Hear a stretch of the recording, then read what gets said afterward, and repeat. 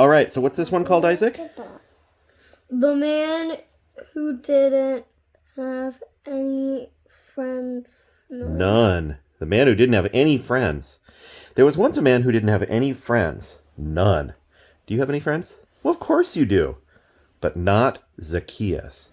Poor Zacchaeus didn't have any. You're probably wondering why. Was it because he was so short? Well, that's not reason not to like somebody.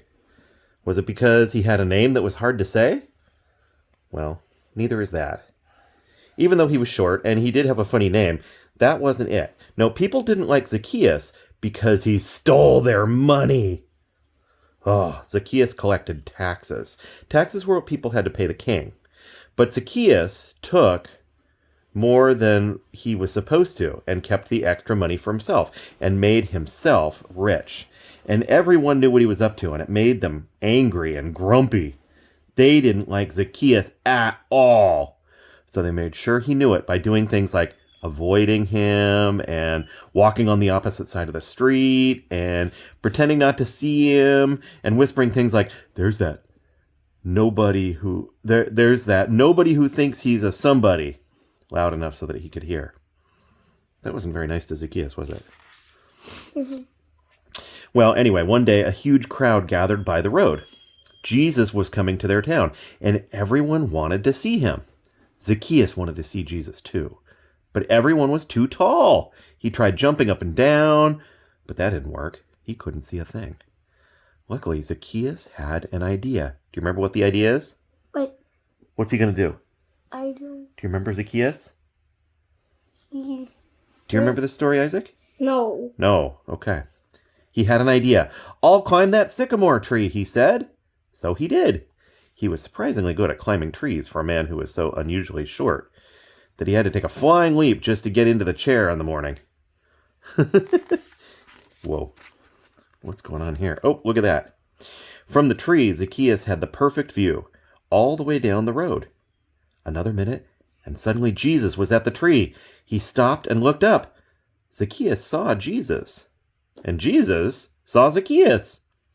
Zacchaeus, Jesus said, I'd like to come over to your house. Zacchaeus almost fell out of the tree. Come over to his house? No one ever wanted to come anywhere near his house, let alone inside it.